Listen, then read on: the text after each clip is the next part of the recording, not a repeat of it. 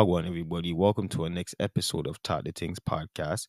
Today, we're going to be talking about a situation that happened at Kipling Station. So, I'm bringing you guys over to the west, and Kipling Station never really has problems like what we're going to be talking about today. But the TTC in general, recently has just been terrible. I even heard the other day some man seen some lady on the bus and just thumping her head back. The bus and the train and whatever it is, all the trans, all the TTC, the people on there are getting brazen like never before. And on June 17 of 2023, there was a 28-year-old by the name of Nima Dolman. I believe I'm saying her name correctly. I've seen a few different pronunciations, but I believe it's Nima Dolma. And she was at the station on her way to work. She was a PSW or like a caregiver. She was something along those lines, something in that field of work. And at about 12:20, she ended up boarding the bus to go to work. But my God, can you imagine what happened just a few minutes later? So at that same time, there was a 33-year-old man, and we're gonna call this youth Blake, and the man wound up boarding the bus at the same time. And if you know how the buses are at the station, if you're from Toronto or any station, I think they do this. Say the bus is supposed to leave at 12:30, the bus will come from about 12:25, and it will just sit there for like 5 minutes, and then it will leave. But it never comes like a bus stop exactly at one time and just left. It usually just sits there for a little bit. So he boarded the bus with Nima, and they're both on the same bus. But at about 12:25 approximately, so about I would say 5 minutes from after they came on the bus, or it could have been faster than that, the man wound up pouring lighter fluid all over her and set the lady on fire. Now you could imagine how the people them on the bus or in the station must have been acting. Just imagine, you guys. You're sitting there, going about your day. Say you're at STC, the station downstairs, and you're just there. And a man, you go on the 120 something, and the man just comes onto the bus and just pours. First of all, I wonder how he even got that really on the bus without nobody looking. Because when they just sit there, not enough time is the driver there, but he still could have came on through the back. But you see a you carrying lighter fluid. Already, I would have started looking around, but he could have just bought it, and you know what I mean. Opens it up and then pours it on a lady. Bro, everybody on the bus was acting frantically. And I want to read you guys a alleged eyewitness. We can't be for sure if it is a actual witness, but I still want to read you guys what he said so you guys can try to kind of get an idea of how the people were acting. So this person says, I was there and saw her burning for at least 30 seconds. Most fucked up thing I've ever seen. Bystanders put the fire out while patting their own jackets. The young lady was severely burned after. So you guys just heard that. The man them said that the people on the bus was licking them with her jacket. Now this is June. So unless it was raining or stuff, not many people would have had a jacket to be. So they're probably just using anything to try pat her out because nobody has like a big bucket of water. You know what I mean? She's just on the bus. This is the craziest thing, bro, because you would never think that you're on the bus and some shit would like this would happen. You know what I mean? Even the video what I did on the train, that man, even though he brought it upon himself, people don't go on the train and on the transit expecting these things. So she suffered second and third degree burns, and she wound up getting rushed to the hospital. Now, you might be asking what happened to Blake after he set the woman on fire. Well, I guess he ran off of the bus. I can't be sure, but police them said that they found him nearby not too long after. That's how they took him. Now, I don't know what they mean by nearby. Um, but I don't know if this youth just went to the station purposely to set her on fire. You might be asking why.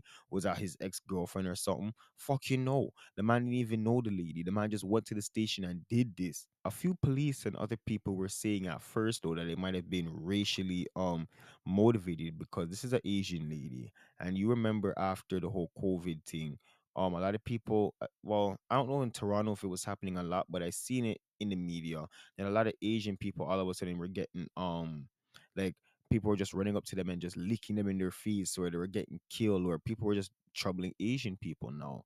So a lot of them were saying that this was hate crime.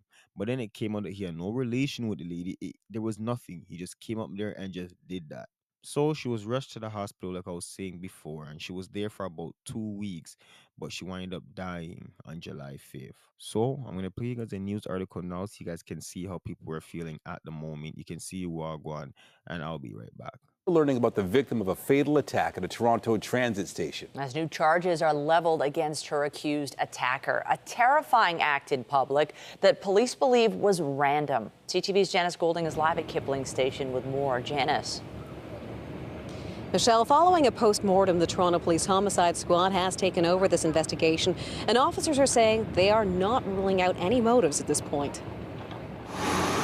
It is a quiet summer day at Kipling subway station. Although passengers are talking, following news a man has been charged with murder, accused of setting a woman on fire here. Honestly, I feel very unsafe, especially because I have to go to Kipling a lot since I work in this area. It's just ridiculous. You don't expect that in Toronto, especially on public transit. On June 17th, just before 12:30 p.m., a young woman was doused with a flammable substance and lit on fire aboard a Kipling bus.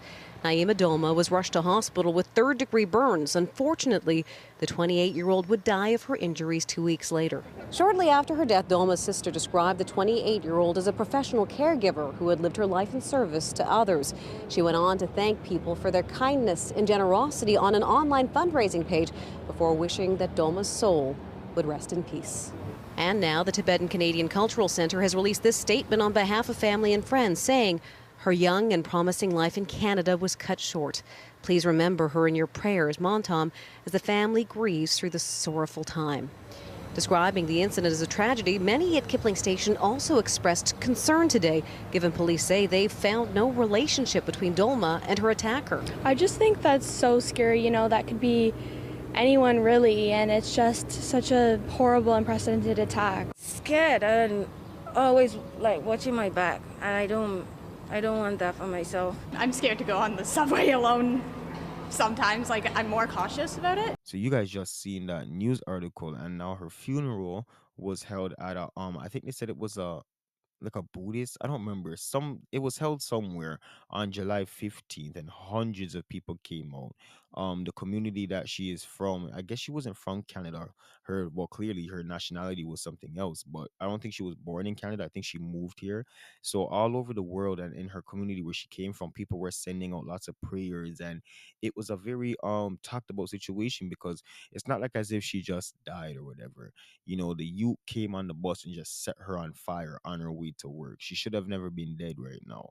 And once again, you might be asking what happened to Blake. I don't go over the whole case and all those stuff, the whole trial and stuff like that on my show. But what I would say is that the man did get first degrees.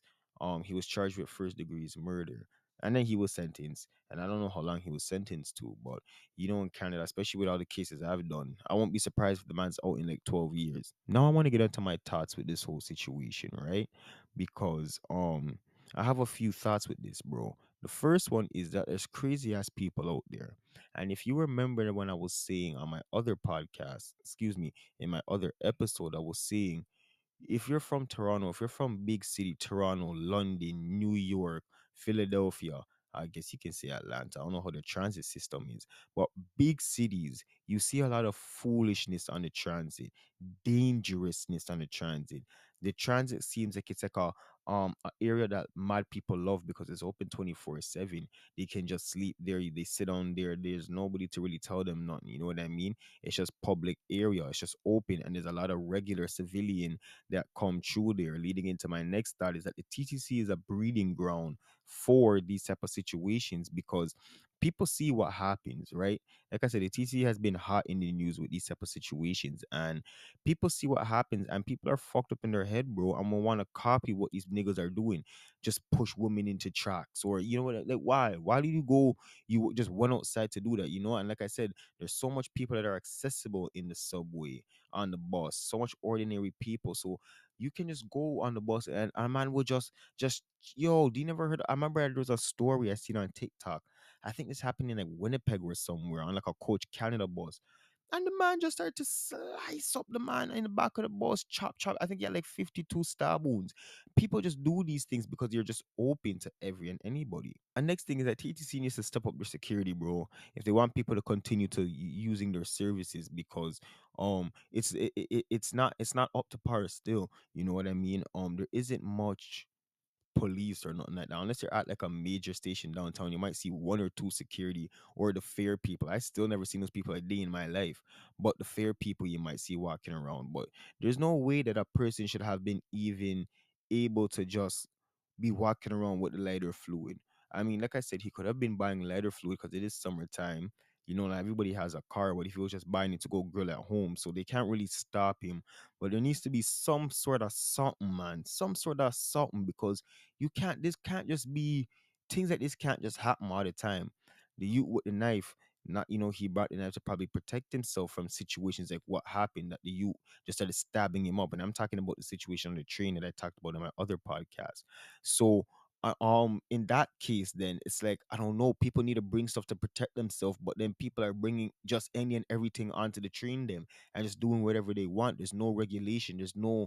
So TTC needs to step up the security if they want people to continue with them. They say that they do, but look what keeps happening.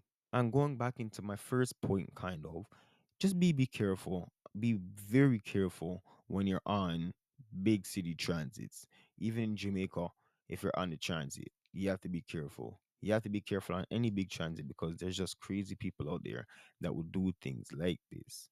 So, I just want to say rest in peace and condolence to this lady's family. Please be very cautious what you say in my comment section, because the families watch my videos, bro. And you guys cannot be in the car. I can't even believe I have to tell big grown people these things. I don't care what your opinion is or whatever it is. Don't come into the comment section disrespecting the deceased people or the people them that did the accusing. Now, not all the time do they deserve they don't deserve to be talked to pretty or talked to nice. But you guys have to know that the families they watch my things, and you know what I mean. They have feeling at the end of the day, even though they might have a wicked son, them themselves not might be wicked. So please just be cautious what you comment. But let me know what you think about this whole situation. And if there's anything that I'm missing out, just let me know, bro. We'll talk next time on Talk the Things podcast.